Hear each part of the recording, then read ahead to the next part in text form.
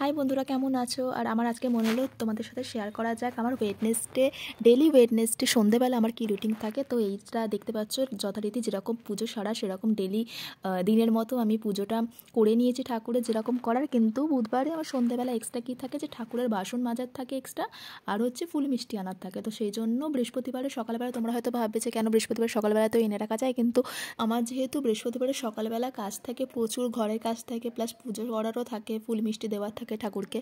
তো সেই জন্য বৃহস্পতিবার সকালবেলায় গিয়ে ফুল মিষ্টি আনা সম্ভব হয় না। তো সেই জন্য আমি বুধবারে কী করি, বাসন টাসন মানে ঠাকুরের বাসনপত্র মেজে নিয়ে ফুল মিষ্টি নিয়ে চলে আসি।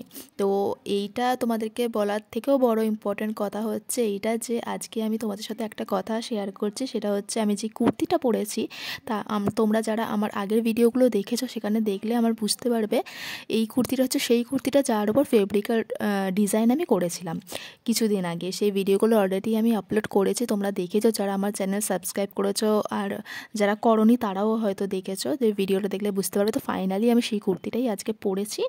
পরে আমি ভাবলাম তোমাদের সাথে সেই জিনিসটা শেয়ার করা যাক, যে কেমন লাগছে কুর্তিটা। তোমরা অবশ্যই আমাকে কমেন্ট করে জানিও যে ফাইনালি পরে কেমন লাগছে। দেখো, রং করা বা কুর্তির ওপর ডিজাইন করা সেই ব্যাপার আলাদা, কিন্তু সেটা যতক্ষণ গায়ের মধ্যে পরা হয় ততক্ষণ পর্যন্ত সেটা বোঝা যায় না যে কতটা সুন্দর লাগছে বা কতটা ভালো লাগছে।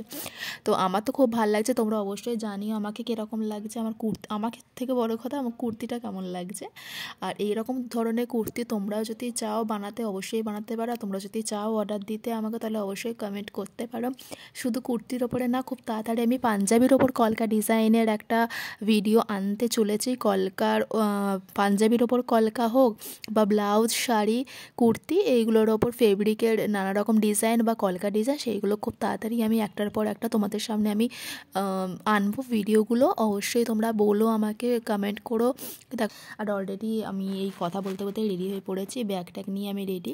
এরপরে ঠাকুর নমস্কার করে আমি বেরিয়ে যাব ফুল মিষ্টি আনতে।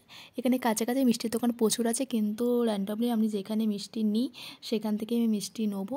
আর এখান থেকে আমার যে অনেক রকমের মিষ্টি ছিল, তার মধ্যে যেটা আমার পছন্দ হয়েছে এই লাড্ডু, সেই লাড্ডু দুটো নিয়ে নিয়েছি। সবসময় অন্যান্য মিষ্টিতে পারলে লাড্ডু তো দেওয়াই হয় না, তো লাড্ডু মিষ্টি আমি নিয়ে নিয়েছি ঠাকুরের জন্য। আর এখানে আমার যেরকম জানাশোনা দোকান আছে, ফুলের দোকান, তো সেই ফুলের দোকান দিয়ে আমি ঠাকুরের জন্য মালাও নিয়ে নেবো।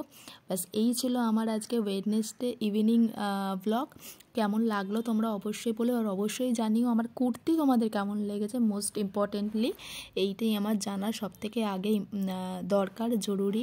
এইগুলো বানানো তো তোমাদের জন্য, তো তোমাদের রিভিউ, তোমাদের কমেন্ট জানাতেও কমেন্ট না করলে আমি সত্যি কথা বলতে বুঝতে পারবো না যে তোমরা আদৌ আমার ভিডিওটা দেখছো বা তোমাদের কেমন লাগছে ভিডিওটা। ঠিক আছে?